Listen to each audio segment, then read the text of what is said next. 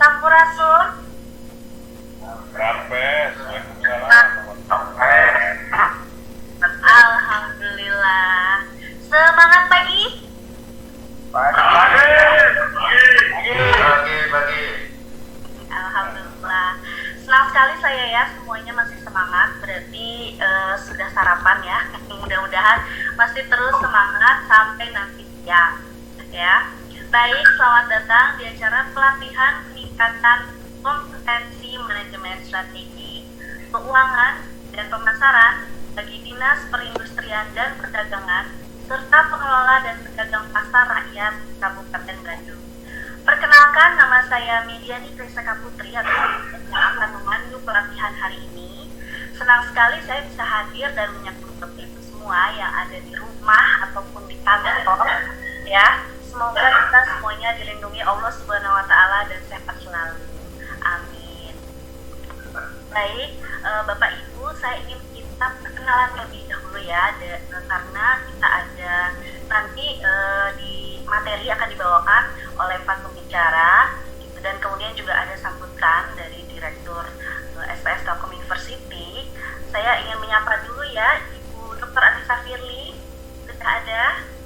Selamat pagi, Selamat. Bu Diani. Selamat pagi. Selamat pagi, Pak Wais, Pak Ece. Salam kenal dari saya. Baik, kemudian materi nanti akan dibawakan yang pertama dengan tema strategi bertahan pasar rakyat pada era COVID-19 akan dibawakan oleh Ibu Risris. Saya ingin menyapa dulu. Selamat pagi. Selamat pagi, Bapak dan Ibu. Pembicara kita ini semua adalah dosen dari Fakultas Ekonomi dan Bisnis. Ya, oke. Saya ingin menyapa pembicara yang kedua dengan tema transformasi digital pasar Indonesia menggunakan konsep design thinking. Selamat pagi, Bapak Dodi Cahyono. Pagi, Ibu Mediani. Pagi, Bapak Ibu semua. Assalamualaikum warahmatullahi wabarakatuh. Waalaikumsalam warahmatullahi wabarakatuh. Baik, lanjut ya, pembicara kita yang ketiga dengan tema digital marketing bagi pedagang dan pengurus pasar tradisional oleh Bapak Insinyur Candiwan MICT. Ada Bapak Candiwan, selamat pagi. Pagi, Bu Mediani. Selamat pagi, Bapak Ibu semua. Assalamualaikum warahmatullahi wabarakatuh. Waalaikumsalam warahmatullahi wabarakatuh. Baik, kemudian yang terakhir dengan tema pengelolaan keuangan untuk para pedagang pasar oleh Bapak Malti, Bapak Dr. Totis ada? Barangkali beliau sedang menyidang ya kalau tidak salah. Tapi saya tahu sudah ada di sini ya. Alhamdulillah, jadi semua pembicara tetap gitu ya. Nanti sebelum ada materi ya, kita tentunya akan ada sambutan terlebih dahulu. Oke, Bapak Ibu, tapi tetap semangat ya. Oke, baik, langsung saja kami ingin mengundang Ibu Dr. Anissa Firly, SMB MM, sebagai Direktur SPS atau Sekretaris dan Perencanaan Strategis dari Telkom University untuk memberikan kata sambutan. Mangga Ibu. Masih dikasih waktu dan kesempatan ketika kita bisa beraktivitas melalui YouTube meeting ini. Alhamdulillah saya bersyukur sekali dengan kerjasama yang sudah kita jalin dengan Telkom University yang mungkin seingat saya itu saya pertama ketemu dengan bisnis ya pada tahun 2016. Jadi alhamdulillah sejak tahun 2016 di Perita Kabupaten Bandung telah bekerjasama dengan Telkom University dalam rangka mungkin tadi disampaikan oleh Dr. Anissa dan dengan masalah pengabdian masyarakat. Kami dari SPEDAK berterima kasih sekali bahwasanya kita semua, terutama teman-teman yang di Disperidan dan mungkin juga para pedagang yang ada di pasar tradisional telah mendapatkan banyak ilmu dengan adanya kerjasama seperti ini. Dan kami sangat berharap sekali dengan adanya pelatihan seperti ini, tentunya wawasan dan pengetahuan kami di Disperidan selaku pengelola pasar maupun teman-teman juga para pedagang ataupun teman pengelola pasar di desa atau pasar swasta juga bertambah pengetahuan dan wawasannya. Tadi disampaikan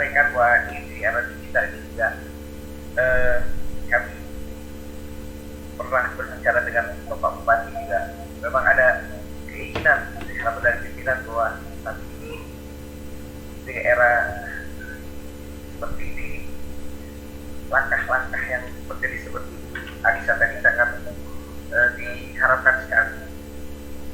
Tapi juga sebetulnya kaitan dengan masalah harga-harga pasar. Kalau harga pasar yang dikelola oleh pemerintah daerah Kabupaten Bandung, harga-harga barang terutama pokok emas ya itu sebetulnya sudah ada di aplikasi Cilokok ini. Jadi masyarakat juga bisa melihat berapa rata-rata harga pokok emas yang ada di masyarakat beredar setiap harinya. Dan ini juga kedepannya mungkin juga kaitan dengan pengelolaan retribusi pasar ini juga kami berencana nanti tidak seperti saat ini, nanti akan menggunakan barcode, insya Allah kalau mudah-mudahan bisa terlaksana. Saya harapkan teman-teman semua yang mungkin pelatihan ini dapat mengikuti dengan baik dan menyimak apa yang disampaikan oleh para narasumber sehingga ilmu yang diberikan atau yang disampaikan oleh para narasumber dapat diterima dengan baik. Mungkin itu yang dapat saya sampaikan dalam kesempatan pagi ini. Mudah-mudahan apa yang kita lakukan dan belajar pada hari ini mendapatkan ridho dari Allah Ta'ala dan menjadi salah satu ikhtiar kita dalam pengabdian kepadanya. Demikian yang dapat saya sampaikan. Terima kasih atas perhatiannya. Mohon maaf apabila ada kata-kata yang berkenan. Wabillahi taufiq wal hidayah. Assalamualaikum warahmatullahi wabarakatuh. Waalaikumsalam warahmatullahi wabarakatuh. Terima kasih kami ucapkan kepada Bapak Uwais Korni SHMI atas sambutannya pasar tradisional oleh Bapak Insinyur Candiwan FJT.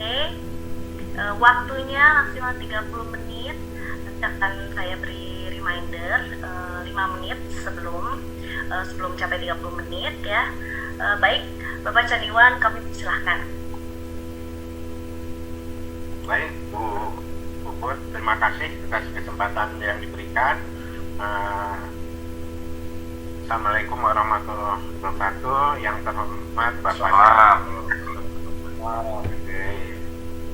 Kadis Tetindak ya, perwakilan Kadis Tetindak serta para pedagang tradisional serta rekan-rekan dari Telkom University. Saya pada kesempatan ini akan menyampaikan terkait digital marketing ya. Mohon izin share.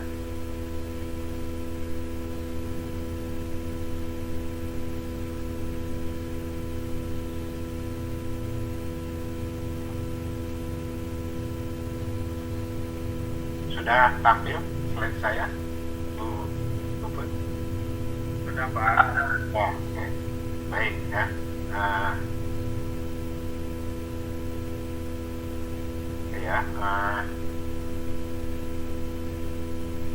Di sini saya tadi sudah kita cermati ya tadi mengenai turistis, pengelolaan pasar, terus pada strateginya mungkin saya agak membumi sedikit, cuma ya ini hanya share ya, jadi mungkin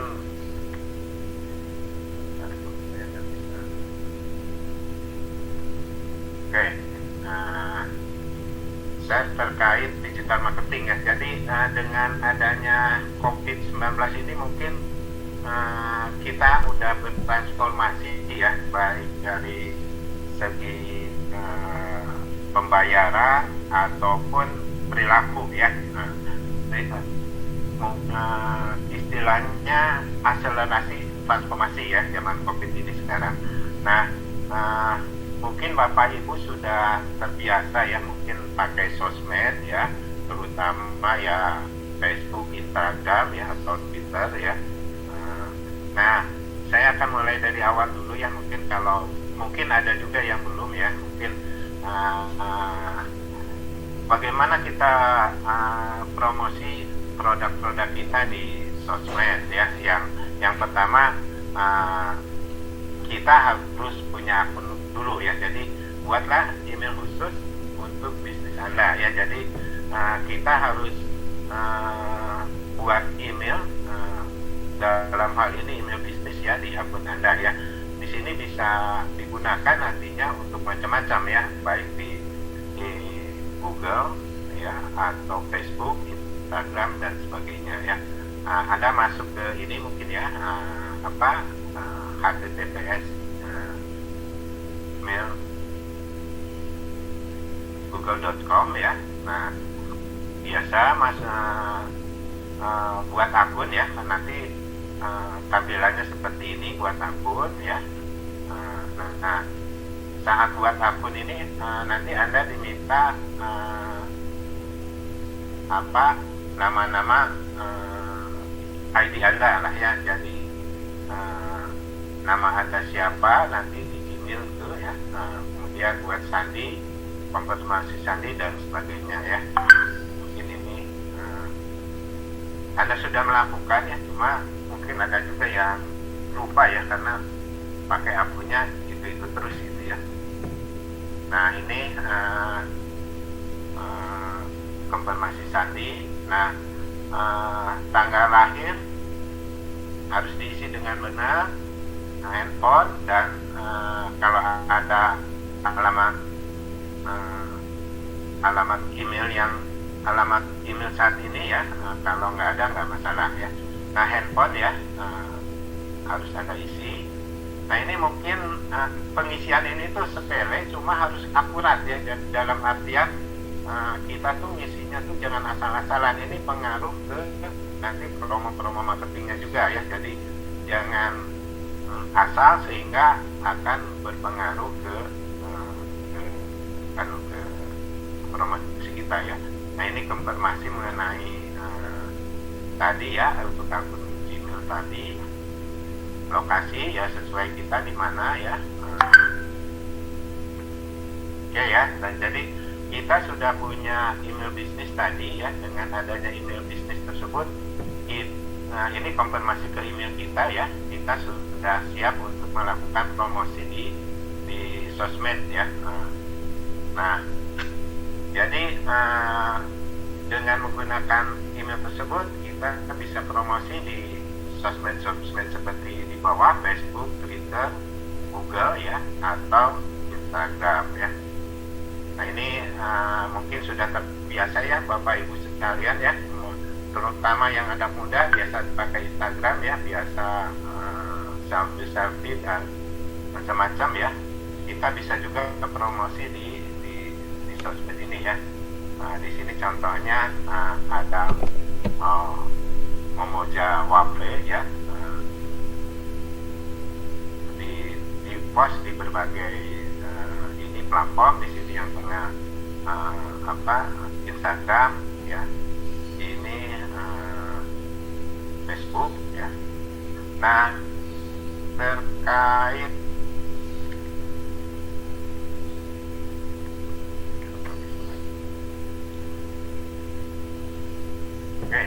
nah ini bisa juga nanti di Google Business tersebut di web ya. Nah, kalau di web tersebut, kalau Anda promosi itu harus kalau menjual produk harus kata-katanya tuh yang istilahnya yang menjual ya. Contohnya ada istilahnya di search engine automation tuh istilahnya kata-kata beruang ya. Ya kalau bisa, kalau tampilkan sesuatu harus yang menarik ya. Kata-kata beruang itu seperti apa? Misalkan diskon, murah ya, bagus dan sebagainya ya. Oke, nah sekarang tadi terkait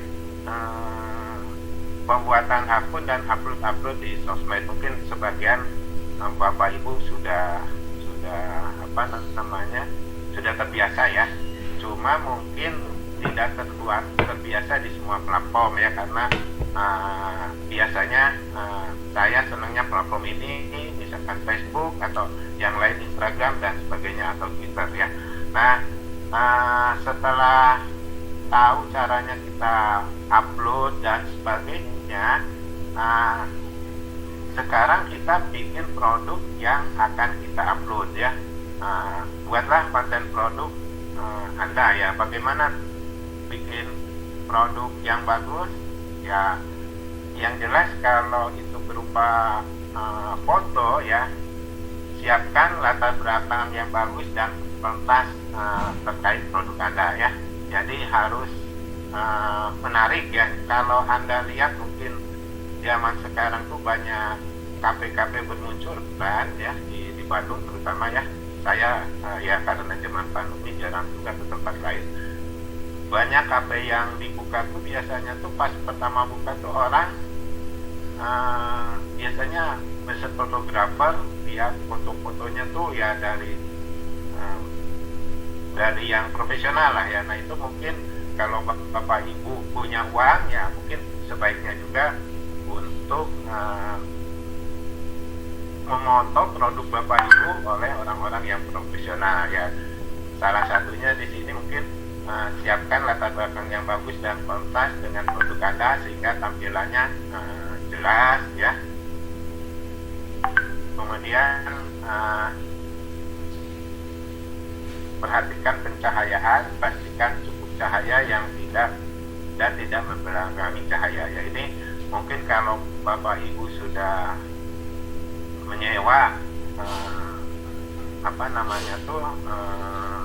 fotografer yang profesional, mungkin ini sudah terlewati. Cuma in case Bapak Ibu misalkan tidak saya mau foto sendiri aja, kan ada HP gitu ya, bisa juga ya. Cuma inilah yang harus diperhatikan ya, sudut foto ya, cari sudut foto yang bagus dan mendukung produk Anda ya. Jadi harus sesuai lah ya.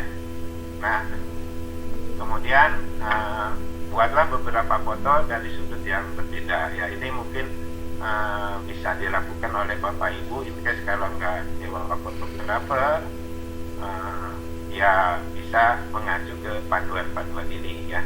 Jadi mungkin tergantung produknya ya. Saya lihat kemarin tuh kalau mempromosikan sesuatu ada di sini ya, di salah satu dekat rumah di sini, malah mempromosikan tuh sengaja nyewa bule gitu ya, nyewa bule dipoto, padahal itu kafe kopi ya,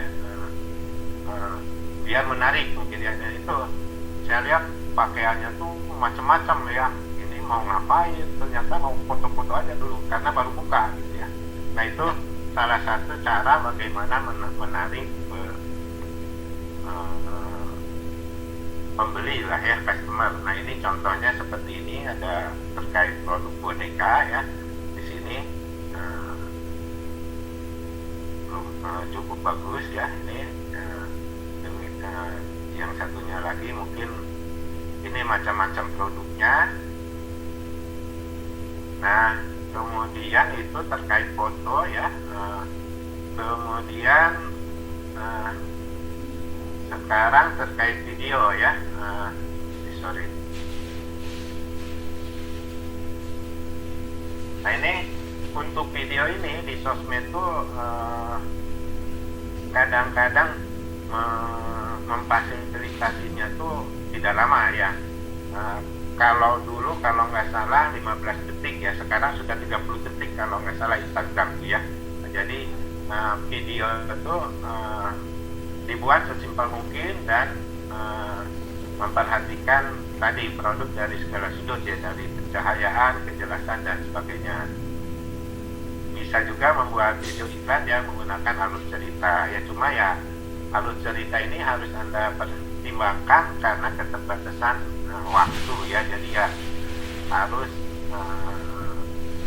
sesuai lah makna intinya dapat, kesan produknya dapat, sehingga orang bisa melakukan transaksi ya. Jadi kalau dia di teori marketing kan ada awareness, kemudian consideration, transaction.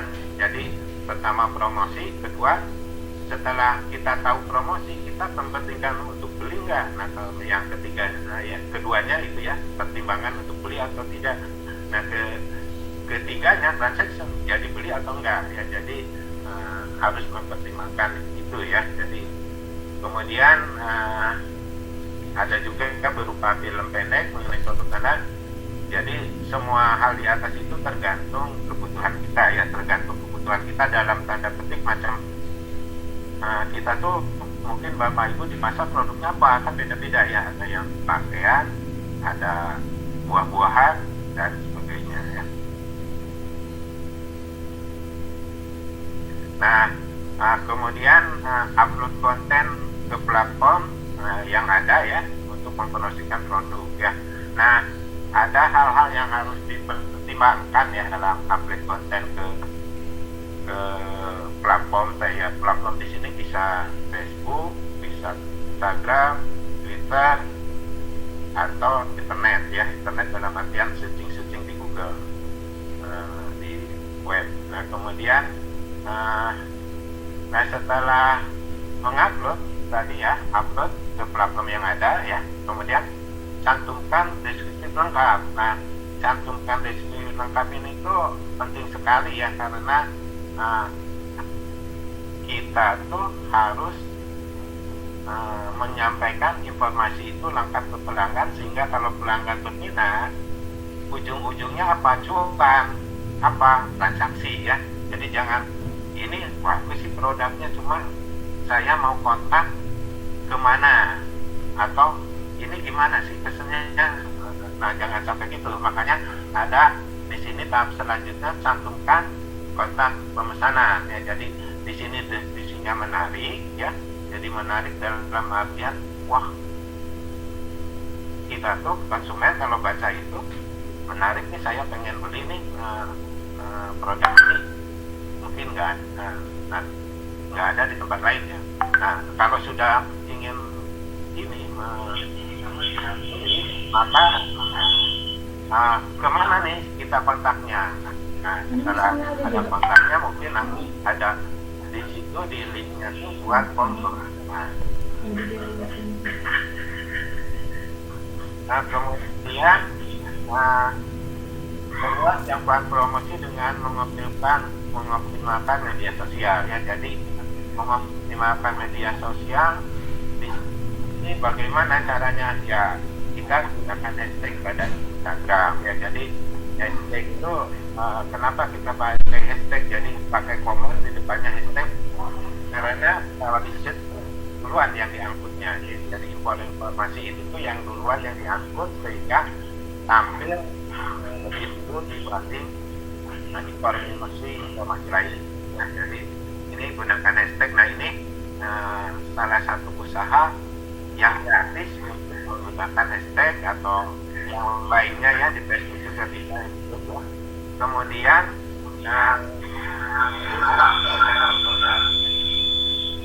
fitur promo berbayar ini di tiap sosmed ada juga ya, di tiap Facebook, Instagram dan sebagainya. Kemudian pakai endorser ya, atau influencer ya.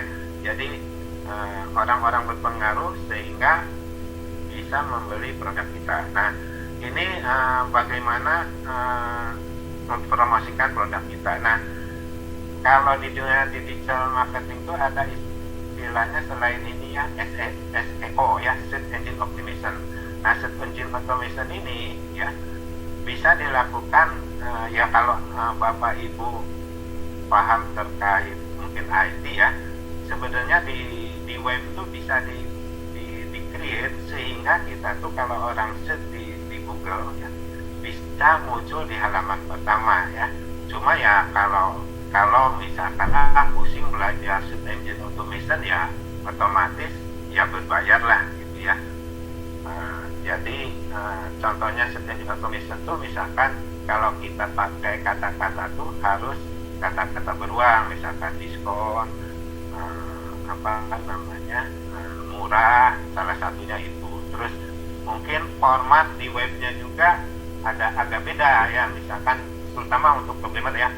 Misalkan kalau ada kata dan tuh bukan DAN tapi pakai dan simbol. Nah itu bisa di grab Google Scholar-nya tuh, bukan Google Search, sorry, maaf ya, Google Search-nya tuh bisa di halaman pertama, nanti kesini bisa naik gitu ya, jadi malah di halaman pertama dan garis pertama. Nah itu kalau yang gratis, cuma Bapak Ibu mungkin perlu belajar dulu ya, agak lama ya.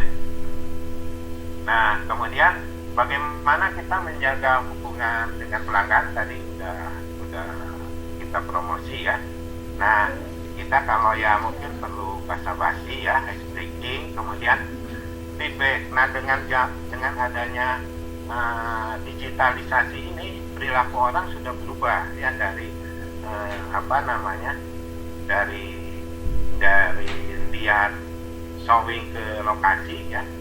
Kalau beli tuh showing ke lokasi, coba ya. Nah kalau sekarang tuh tidak demikian ya, udah berubah perilaku konsumen tuh.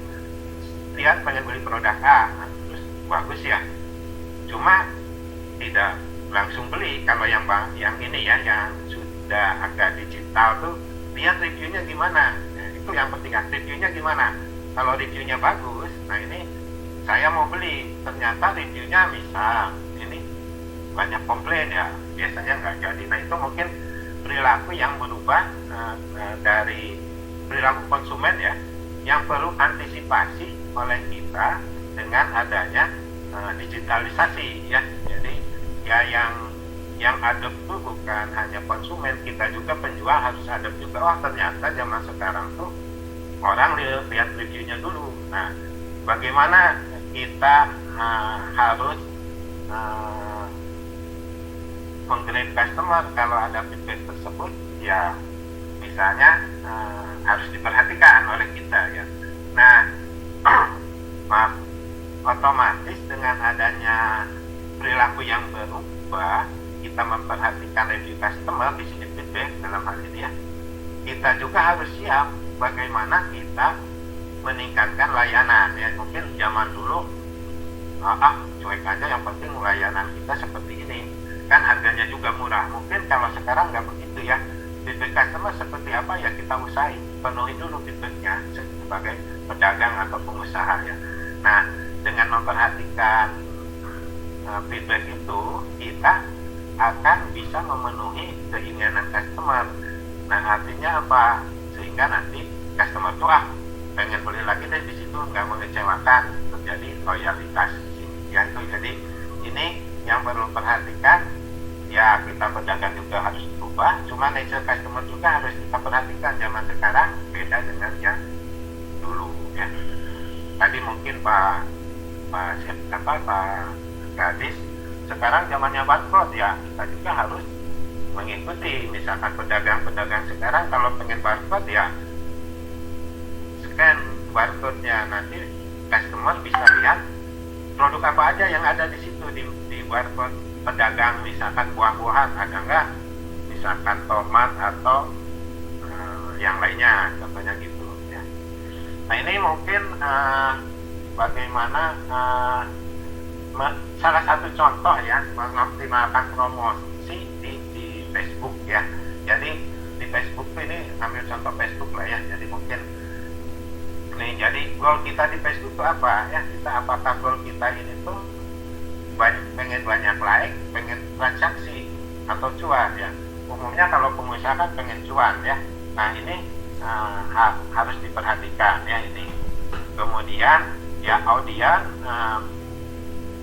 pertimbangkan di sini lokasi, rentang umur, dan hal yang disukai calon pelanggan ya. Jadi kalau di ilmu marketing ini targeting ya, mungkin segmenting, targeting ya. Jadi di sini tuh produk Bapak Ibu tuh nanti kalau di Facebook tuh bisa memilih mau se Indonesia, se Jawa Barat, se Bandung. Nah bisa di situ di lokasinya dicentang, oh ini lokali berarti ya, atau berapa kilo bisa juga. Kemudian juga customernya apa, tentang umur berapa, nah ada dicentang di situ. Misalkan jangan sampai ada misalkan pakaiannya untuk anak muda, di situ rentang umurnya yang tua-tua. Nah itu kan nggak cocok. Nah kenapa ini penting? Karena nanti Facebook tuh ya, ini itu promo Facebook yang jadi maksudnya nih, Facebook tuh nanti akan menjual produk Bapak Ibu tuh ke umur yang sesuai ya, sehingga target marketnya tepat dan ya opportunity-nya akan bagus untuk penjualan ya. Kemudian budget di sini atur biaya iklan dengan tepat ya. Iklannya tuh karena di Facebook tuh kan berbayar ya. Ya ini saya contohnya yang berbayar ya. Ya biasanya sih idealnya tuh seminggu lah. Seminggu tuh sekitar ya 35.000 atau 50.000 ya. Dicoba. Nah kalau nggak laku mungkin ada hal lain. Kenapa kok udah seminggu nggak laku nih? Perlu diperhatikan. Nah perlu kreativitas di sini terkait foto, gambar, ilustrasi, video dan deskripsi ya. Harus kita perhatikan. Kenapa kok nggak laku? Ya biasanya kalau sudah dipromo di Facebook biasanya laku, minimal ada peningkatan lah. Nah terkait kreativitas ini saya contoh terkait di sini terkait kontennya ya. Di sini ada penjual bebek paminto di sini ya. Dia hanya yang kiri itu yang bad advertising ya, yang jelek. Ini kita sudah berbayar tapi belum tentu laku juga. Karena apa? Karena create kontennya kurang cocok ya. Contohnya ini ya, yang kiri yang bad advertising. Bebek paminto terenak sejak 2014 dari bumbu racikan Pak Suminto. Nah ini terus kontennya juga kurang bagus ya. Terus di bawahnya juga tidak ada kalau mau order kemana, kalau kontak kemana ya. Nah, terus ya, konten yang bagus di sini seperti kanannya ya, nikmati gurihnya bebek goreng paminto ya. Hasil panduan bumbu racikan khusus yang membuat lidah kamu merasakan sensasi baru menikmati bebek goreng. Di sini mungkin ada kata merasakan sensasi baru ya. Ini menarik itu kontennya. Nah terus selain di sini, selain konten ini, di sini ada order to go food sekarang. Nah ini kalau di sini kan nggak ada, orang ya mungkin di sini pengen coba deh, cuma ordernya kemana ya. Ini di sini ada ya. Terus ada promosi juga gratis biaya antar. Nah itu, nah ini contoh antara promo yang bagus dengan yang enggak ya. Jadi intinya bagaimana kita mempromosikan tuh ya, meskipun udah promo ada hal lain yang harus dipertimbangkan ya. Termasuk juga mungkin baru cek tadi lokasinya. Kita lokasinya tuh ya kalau makanan ini kan nggak mungkin nasional ya, paling sekitar kita gitu ya. Terus perhatikan juga target marketnya ini untuk usia berapa tahun. Jadi di Facebook tuh bisa memilih target market tersebut ya. Jadi selain berbayar kita juga harus lebih jeli mengenai setting-settingan yang sehingga produk kita bisa laku terjual. Oke, mungkin itu aja Bu Puput ya dari saya. Mungkin nanti kalau ada pertanyaan bisa kita bahas setelah presentasi selanjutnya ya. Demikian, terima kasih atas perhatiannya. Mohon maaf kalau ada yang kurang berkenan atau mungkin di sini juga ada yang lebih terbiasa ya. Mungkin ini sharing aja. Demikian Pak Mbak Puput, terima kasih. Assalamualaikum warahmatullahi wabarakatuh. Waalaikumsalam warahmatullahi wabarakatuh. Terima kasih Bapak Candiwan, luar biasa. Tadi saya rasa cukup sederhana ya, disertai dengan langkah-langkah tadi materinya. Jadi mudah-mudahan bermanfaat dan bisa diterapkan ya oleh para pedagang ataupun bahkan kadang pengelola juga ada yang punya barang dagangan juga ya, jadi ikut jualan juga. Nah, jadi tapi bagi yang mungkin sudah menerapkan, nah barangkali bisa dikembangkan lagi seperti itu. Baik. Oh ya, kita bersama. Itu mungkin dari saya Bu Vicky. Baik, mangga Ibu Ricis barangkali akan menambahkan atau dari Pak Paldi. Ya, baik, dari saya barangkali ya. Jadi kalau ada yang mengatakan bahwa ini menjadi sebuah kompetitor begitu ya. Kalau ada gitu ya. Tapi era sekarang itu tidak seperti itu. Kompetitor kita itu partner dan teman-teman semuanya harus kita menjadi partner kita kolaboratif. Mungkin saja teman-teman di koperasi itu ya kita minta saja mencari supplier yang murah, gitu kan? Murah artinya di koperasinya nanti jadi ada tinggal karena sebagai koperasi pedagang pasar, ya. Kemudian si pedagang pasar juga tidak mendapatkan harga yang lebih tinggi dibandingkan dia langsung mencari kemana. Jadi semuanya itu adalah kita lakukan menjadi kolaboratif. Tidak ada lagi bisnis di dunia ini Bapak Ibu sekalian yang dia biarkan itu dia sendiri berjalan. Ya. Semuanya itu harus kolaboratif, ya, kolaboratif apapun gitu ya, apapun. Saya baru-baru ini melihat ya ada sebuah pedagang ya, karena rumah saya dekat dengan pasar modern yang ada di Batu Nunggal, ya. Pak, Bapak ini membawa barangnya itu dari dari pedagang yang ada di Lembang, petani yang ada di Lembang karena saya Usaibat. Bagaimana saya bilang? Bapak punya mobil golf atau bagaimana? Karena dagangannya banyak. Oh enggak Pak. Saya suruh aja siapa koperasi kami yang untuk membawa. Jadi mereka ada divisi transportasi. Jadi pokoknya urusan yang CBD ini barang-barang itu jam berapa datang, gitu kan? Jadi mereka kumpul ya untuk menyewa satu court begitu ya. Karena kan kalau hanya setengah biaya courtnya sama gitu kan, untuk kita nggak seberapa gitu ya. Tapi kalau courtnya penuh ongkosnya sama gitu ya, setengah dengan penuh court itu ongkosnya sama. Nah kita bisa berbagi di sana. Jadi sifatnya kolaboratif.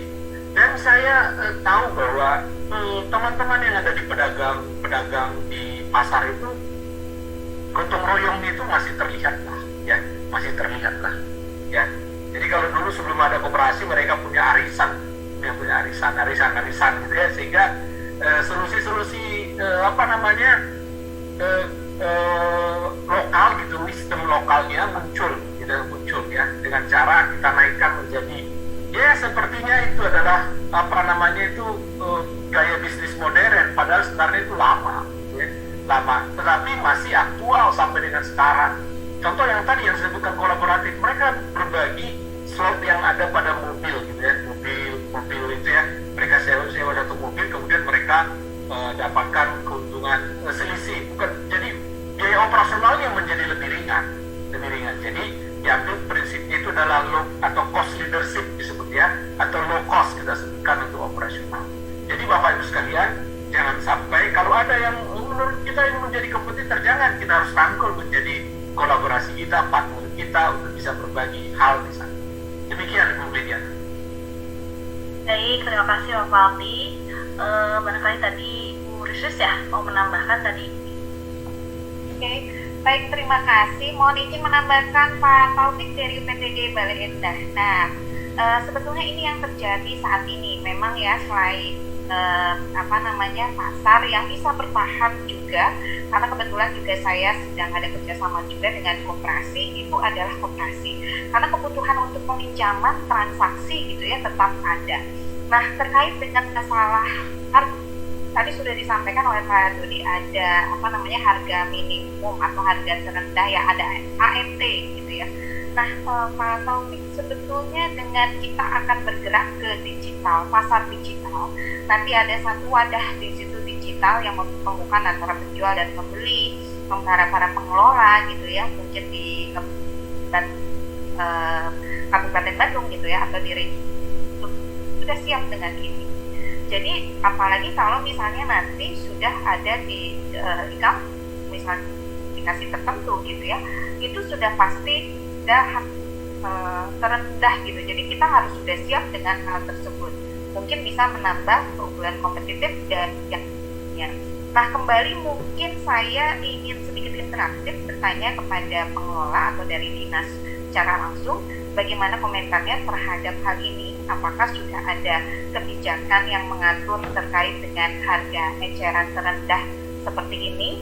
atau bagaimana strateginya ke depan? Mangga silakan dari dinas dulu supaya clear ya, karena di sini kita bersama dengan para pengelola dan juga pedagang. Baik, mangga apakah bisa dijawab dari dinas barangkali? Nah, ini kebetulan ada Pak Teddy Sumantri ya. Present. Ya, mangga Bapak Teddy. Bisa di-unmute dulu. Barangkali panitia bisa bantu. Atau kepencet kali ya? Oh, baik. Mungkin. Nah, ya mungkin di sini dari Pak C mungkin bisa membantu. Sebetulnya kebijakan dari dinas sendiri saat ini realisasinya yang terjadi untuk pengaturan harga di pasar ini seperti apa? Karena saya baru tahu, oh ternyata pembelian itu melalui koperasi, tapi kiriman barangnya itu langsung ke pedagang. Nah ini gimana sih? Ternyata ada pengendalian seperti ini. Silahkan Pak C boleh sharing sedikit. Ya, mangga Pak C. Barangkali bisa di-unmute dulu. Atau kalau misalnya Boleh Pak Devi mungkin ya, Pak Devi? ya, saya lihat di sini juga ada Pak Devi. Ya, Pak Devi ya, mangga. Bapak Devi Supriyadi ya? Ya, betul. Oke. Atau barangkali oke, sebentar. Karena tadi Bapak Devi saya lihat masih Atau di briefing dulu aja biar Ya. kumpulin karena ya. masih off cam ya. Ya, baik. Karena kalau mau menjawab juga kita nggak tahu ya Pak realisasinya apakah memang sudah ada kebijakan mengatur di enggak. Oke, mangga Bu Mediani silakan dilanjut. Ya, baik, kita lanjut ya. Kita sementara kita lanjutkan dulu ke pertanyaan yang ketiga ya. Baik, pertanyaannya dari Bapak Heri Bu Cari. Assalamualaikum, saya Pak Heri, perwakilan dari Pasar Sehat Sabilulungan Cicalengka. Baik, izin bertanya, untuk merubah pasar rakyat tradisional ke pasar digital memerlukan waktu karena para pedagangnya kebanyakan orang yang kurang pengetahuan mengenai kemajuan tersebut. Bagaimana cara menanganinya supaya semua atau sebagian pedagang minimal mengerti seperti itu? Baik, mangga saya lihat Pak Fatis sudah unmute, mau menjawab barangkali? Udah. Oh, baik. Jadi saya mungkin yang jawab. Mangga Pak. Baik Pak Heri, memang kalau kita pada kondisi normal ya, maksudnya tanpa COVID, ini kejadiannya seperti ini karena orang akan berpikir ngapain sih pindah ke sini, saya lagi urus sekarang yang sekarang ini aja udah susah, nah udah gak punya waktu ya. Nah ini justru sekarang kalau menurut saya itu momennya pada saat pendapatan saya berkurang 70%, gimana? Saya kan perlu hidup. Nah, sedangkan ada peluang untuk berada pada digital tadi, pasar digital, sehingga transaksi akan tetap jalan.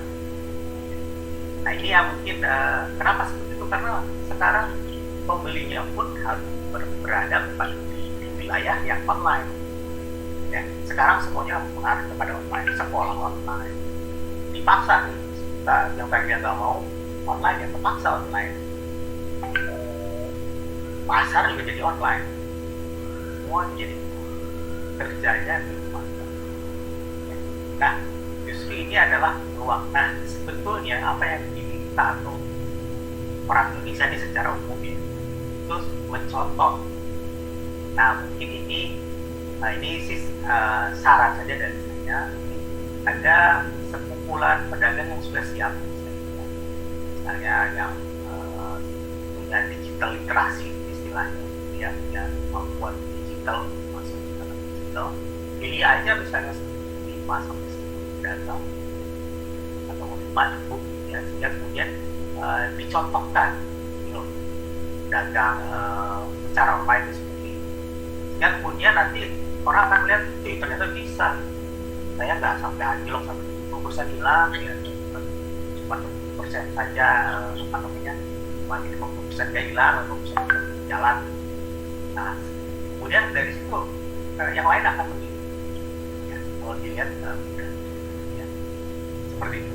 Nah, ini saja sebelum kita merubah seperti yang kita inginkan, ya, bentuk yang sangat ideal yang akan bergerak.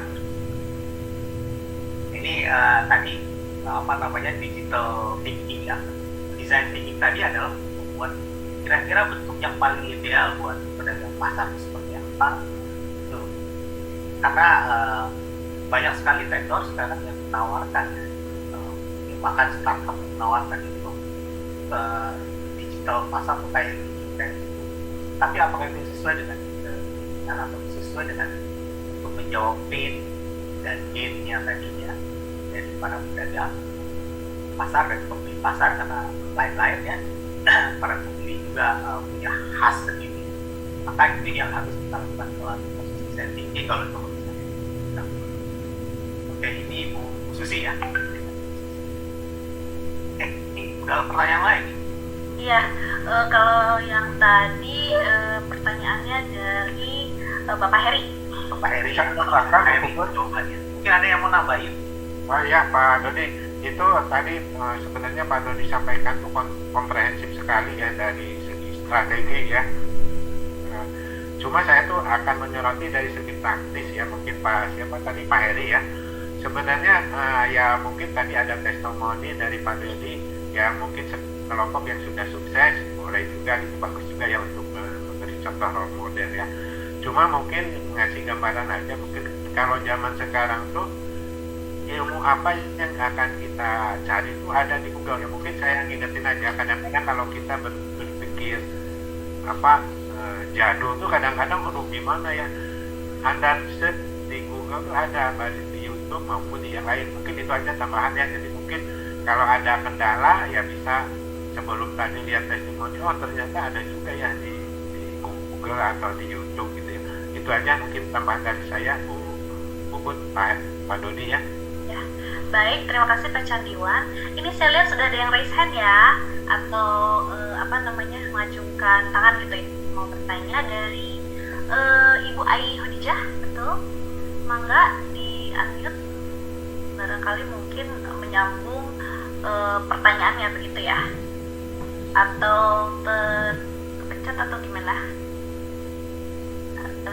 Atau pentingnya barangkali bisa bantu unmute mungkin.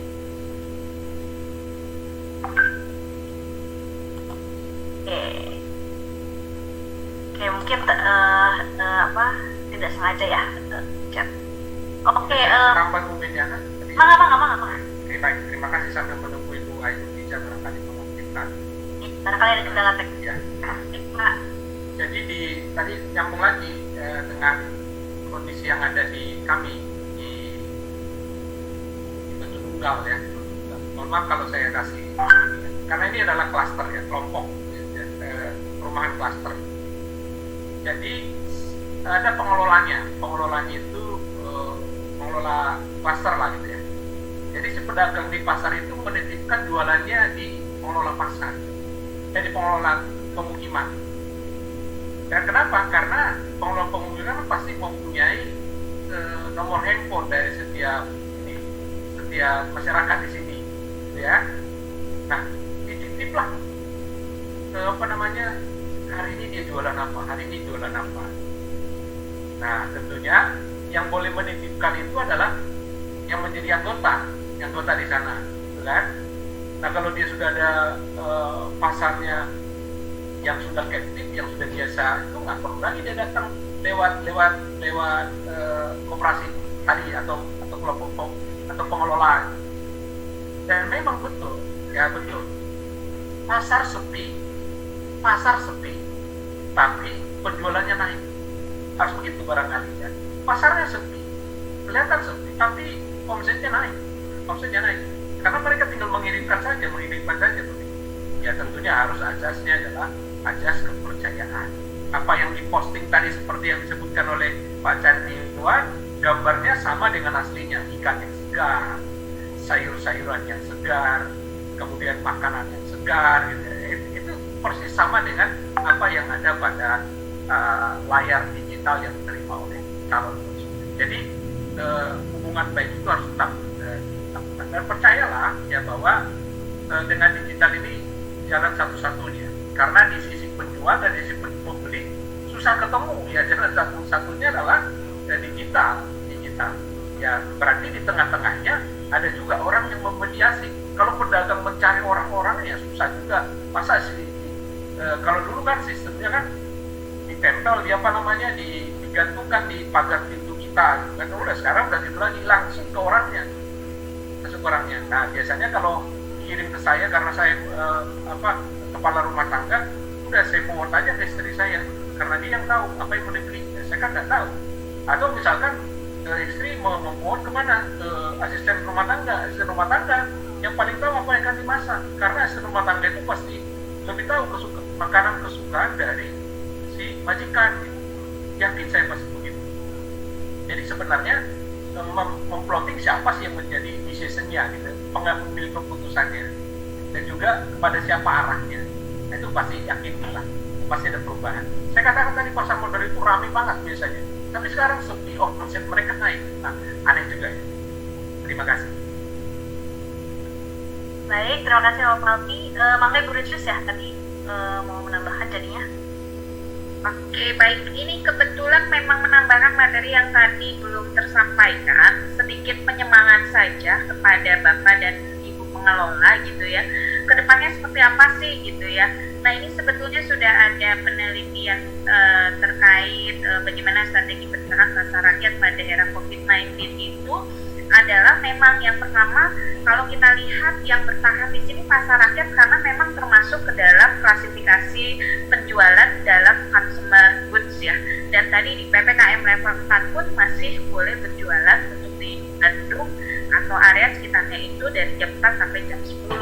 Nah kedepannya tadi saya bilang ada model hybrid nanti kedepannya untuk pasal ini. Jadi tetap ada onsite dan juga tetap ada online. Nah di sini sudah ada perkiraan gitu ya impact COVID-19 ini kepada organisasi atau pengelola di sini ya, dinas dan juga UPTD pasar gitu ya.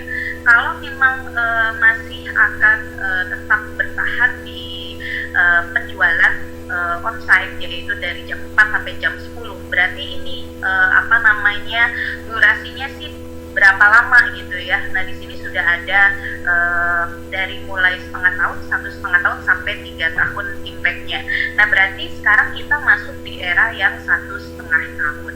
Nah tapi cuma saya di sini secara sederhana aja mau memberikan gambaran in case ini bergerak semuanya ke digital atau menuju ke pasar digital hybrid, maka akan ada pertumbuhan revenue profit dan tentu saja pasar di situ akan bisa bertahan. Bagaimana kita melakukan itu dengan jangan lelah untuk mengedukasi. Jadi dari mulai hal yang kecil ya, kalau misalnya kita berjualan, yang lain sudah minimal dengan menggunakan WhatsApp berjualan tadi dengan foto-foto yang bagus gitu ya. In case itu bisa menyebar dari mulut ke mulut, word of mouth gitu ya, dari pedagang-pedagang itu sendiri, kita perlu waktu. Sama seperti yang bilang 1,5 tahun yang lalu saya nggak kebayang kalau bisa mengadakan pertemuan dengan Bapak dan Ibu ini via Zoom karena masih ada retensi. Waktu itu nggak bisa via Zoom gitu ya, kumaha instan gitu biasa gitu ya. Nah tetapi ternyata sudah 1,5 tahun jalan, sekarang kita sudah terbiasa dengan Zoom gitu ya. Mudah-mudahan nanti sudah terbiasa dengan e-commerce, terbiasa minimal dengan WhatsApp, udah bisa pada jago nanti bikin packaging maupun foto-foto gitu ya. Ini semuanya perlu waktu, tapi memang harus dijalankan, terutama di sisi dari dinas juga untuk mempush ke bawah para pengelola. Nah dari para pengelola langsung merangkul para pedagang. Itu saja mungkin yang ingin saya tambahkan, Bu Beniani. Baik, terima kasih. Mudah-mudahan cukup jelas ya. Karena waktu juga kita lanjut dulu saja ya ke pertanyaan selanjutnya ya, dari tadi kalau tidak salah dari Susi ya. pertanyaan keempat dari UPTD Pasar Soreang. Nah, pertanyaannya bagaimana nih cara sosialisasi kepada pedagang agar bisa melakukan transaksi secara online di samping transaksi secara fisik? Karena dilihat dari jumlah pedagang baru berapa ya, sekian persen ya pedagang yang sudah bisa melakukan transaksi secara online. Baik. Iya, mungkin ini menyambung yang tadi ya. Jadi mungkin jawabannya hampir sama. Kalau orang Indonesia itu harus dicontohkan. Kalau udah ada contoh yang berhasil, gampang ternyata dengan sakit itu kan sakit ya. Segitu ya, nah, terus mungkin bisa dilakukan standar seperti itu. Tetapi mungkin nanti perannya mungkin harus hati-hati nih ya, online ini bahaya nih. Misalnya salah satunya adalah pinjol ya, pinjaman online berbahaya. Jadi jangan sampai kemudian pedagang masuk ke situ ya, karena ada sesuatu yang jebakan ya. Nah, di sini melakukan transaksi online kita sebetulnya ya, prinsipnya adalah kita harus karena online itu prinsipnya, karakteristiknya adalah 24 jam sehari ya, nggak kenal waktu sebetulnya. Jadi kita harus siap untuk dihubungi kapan saja. Terus kemudian harus berdasarkan trust ya, kepercayaan. Pada saat kita memposting satu gambar yang seperti ini ya, itu yang memang didapatkan oleh konsumen. Kemudian packaging penting ya, karena barangnya bagus itu sampai ke konsumen pecah atau misalnya tumpah, nah itu tidak akan buat jelek ya. Dan kemudian dan yang berikutnya adalah jangan coba-coba untuk melakukan kesalahan di online ya. Kenapa? Karena begitu pembeli tidak puas dia langsung beli bintang 1 gitu ya. Kalau udah bintang 1 udah susah ya, dari saya taruhnya bintang 5 gitu ya. Udah ada yang bintang 1 terus langsung anjlok ya apa nilainya. Jangan sampai terjadi. Nah, kemudian yang berikutnya adalah kalau ada orang menjawab di online, kita harus bertanya ya, harus langsung dijawab, jangan ditunggu jadi soal dia dijawabnya.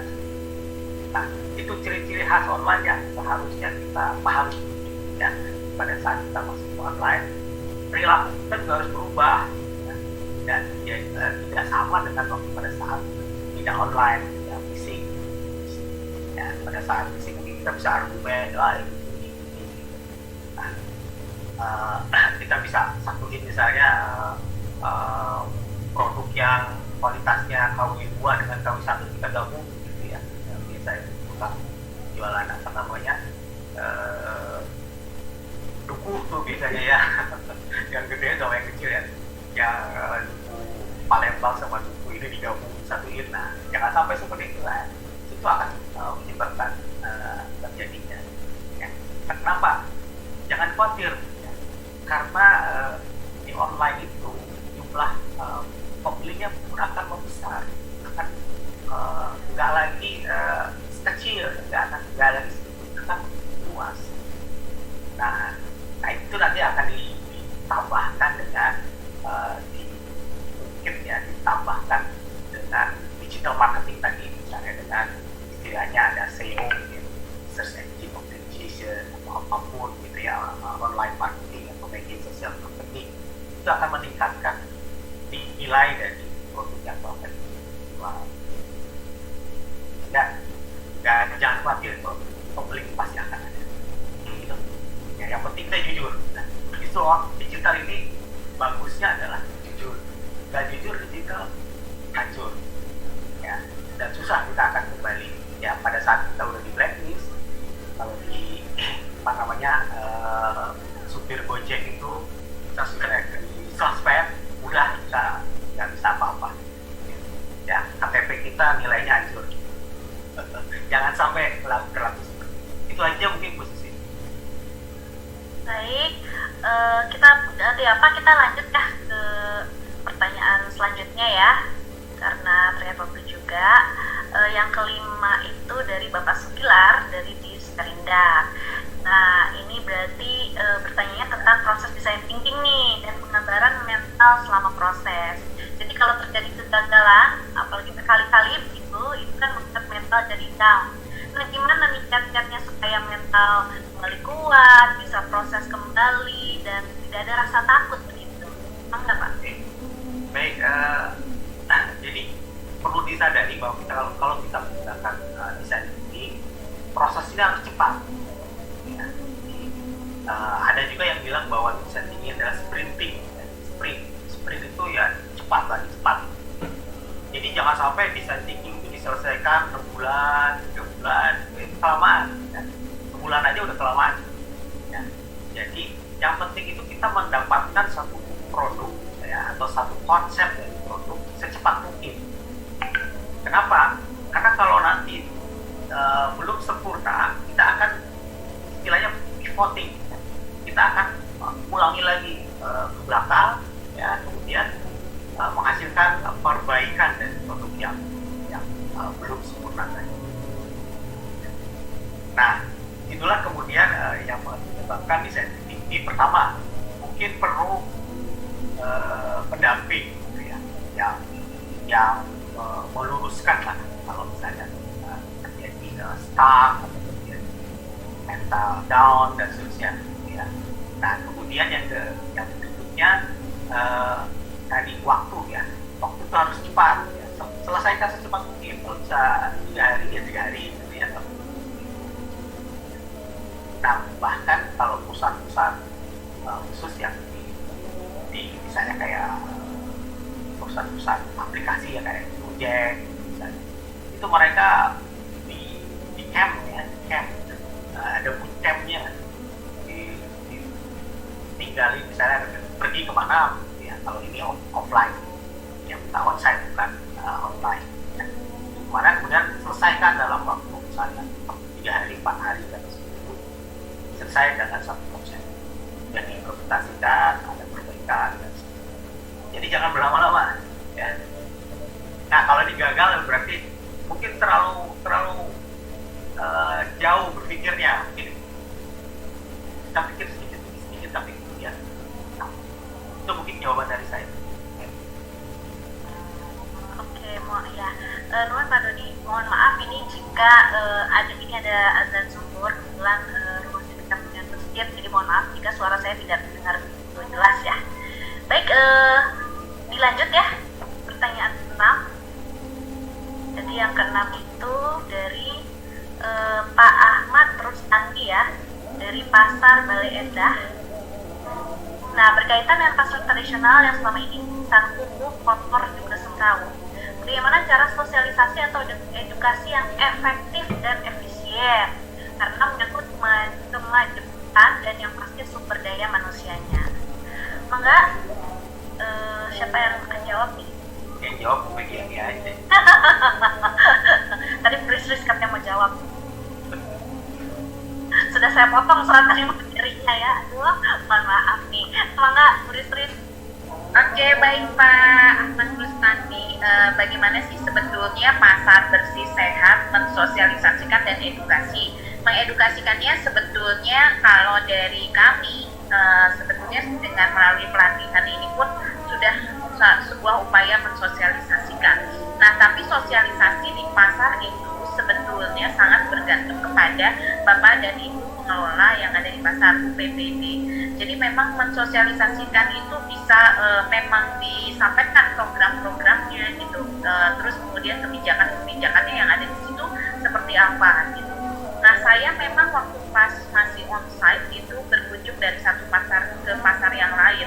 Kebetulan waktu itu ada jadi pilot project untuk pasar pencontohan untuk transformasi menjadi pasar bersih dan sehat itu ada di Pasar Lembang. Dan kami kebetulan waktu itu hadir di sana, kita ada acara di sana juga. Itu menjadi sebuah percontohan karena memang kondisinya sudah baik, sudah bagus gitu ya. Dan juga sebetulnya yang menjadi tolak ukur adalah pada saat itu pasar tersebut sudah nyaman. Jadi sudah hampir mirip dengan retailer lain. Jadi kalau kita ke mall, bukan ke mall ya, minimarket atau yang lebih besar dari itu udah nyaman. Jadi ketika masuk ke pasar itu sudah tertata area-area tergantung jenisnya. Jadi ada yang basah, sayuran, daging gitu ya. Terus kemudian ada area kering, dan juga di atas itu sudah ada area bermain anak dan juga food court. Jadi sudah ada konsep ke situ.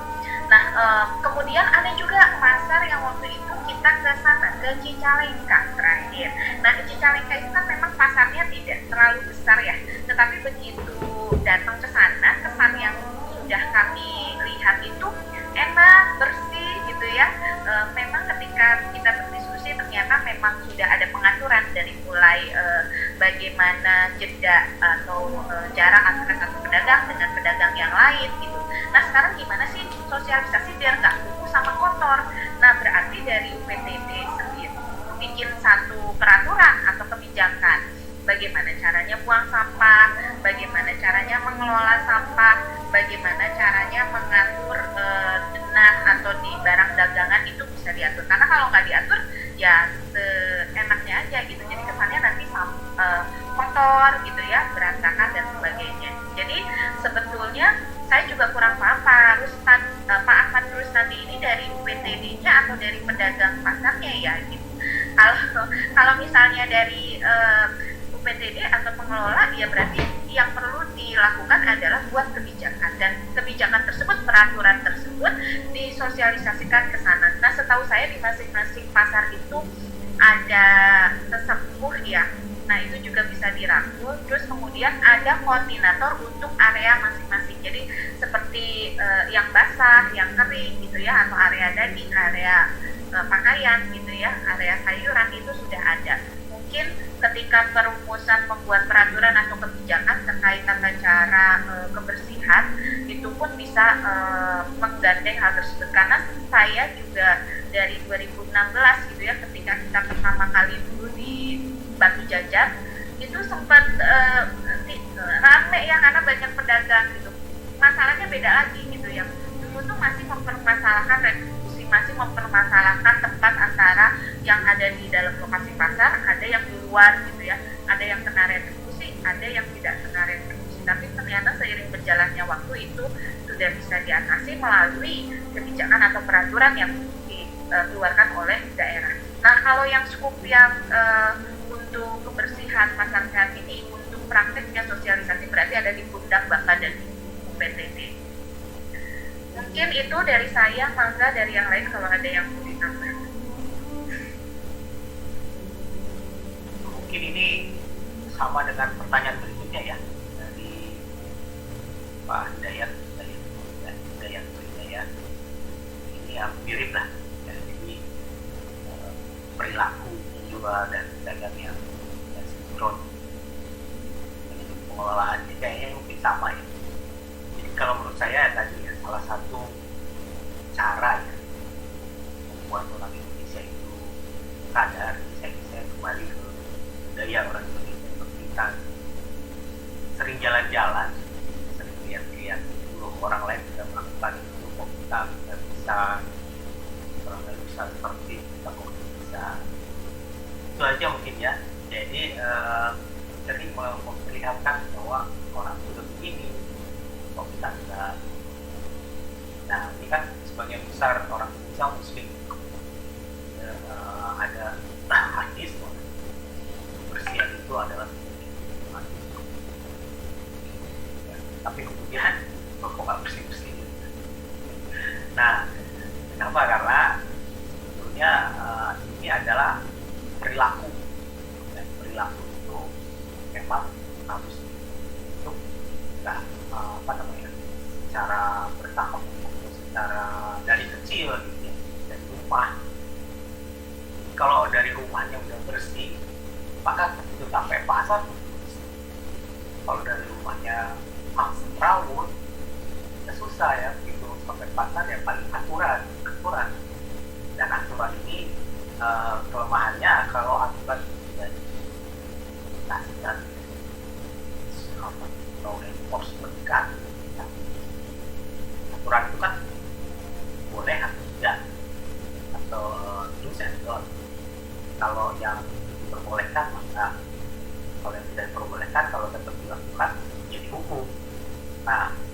hukuman itu kalau nggak berjalan ya bakalan dihilangkan.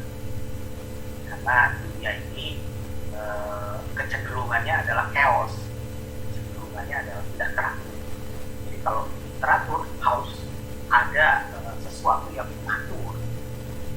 Nah, salah satunya adalah agama. Kalau tidak ada agama pasti akan kacau balau.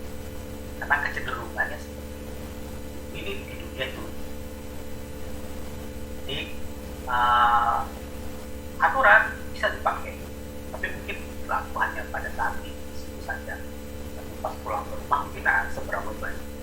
Nah, yang betul itu kalau pada saat di rumah udah betul, ya, apa namanya, tempat kerja betul, ya, itulah itu yang dilakukan oleh orang Jepang ya. Jepang itu sampah aja misalnya ya, itu di rumah itu ada 3 ya, sampah yang organik, sampah kaleng kita beli, sampah yang tidak bisa diolah. Itu dari rumah, udah di rumah dan 3 tempat sampah dan anaknya diajari ya, dan mulai kecil. Sehingga kemudian begitu masuk ke sekolah juga begitu, dan masuk ke tempat kerja ya sudah terbukti sendiri. Nah, itu mungkin ya, ini memang perlu evolusi, mungkin ya, perlu jangka panjang. Tapi ya kita lakukan sesuai dengan kapasitas. Itu aja mungkin tambahan buat yang tadi sebelumnya dan pasti. Mungkin yang lain silakan bertanya. Mungkin saya nambahkan Pak Dodi, jadi mungkin tadi jadi ingat ini slogan negara kita ya, evolusi mental gitu ya Pak Dodi. Kenapa Pak? Revolusi mental ya. Nah itu ada agak apa namanya, istilahnya oksimoron apa sih? Ya bertolak belakang, revolusi itu cepat, mental itu lambat. Jadi saya tadi setuju dengan Pak Dodi ya, mungkin tadi ada kebijakan, ada implementasi, ada enforcement. Mungkin satu lagi mungkin saya namakan ada role modelnya, jangan sampai orang yang bikin kebijakan malah melanggar. Itu aja mungkin saya namakan. Yang dilarang merokok itu Pak ya. Itu ya, itu aja ya. Mungkin ke bapak-bapak, ibu-ibu ya, mungkin tadi Pak Dodi jelasin di mana di Jepang ya, mungkin ada kita tidak terbiasa seperti itu ya, kita ngikutin mungkin yang negara yang lebih baik ya. Contoh sederhana mungkin ya masker lah ya, karena masyarakat beda-beda gitu ya. Ya kita harus mengacu ke yang lebih baik. Itu aja tambahan saya Pak Dodi, makasih. Ya, Pak. Nah, mana Bu? Ya, karena ini sudah yang pertanyaan terakhir ya, dari Bu Rizris, dari Pak Palti ada tambahan?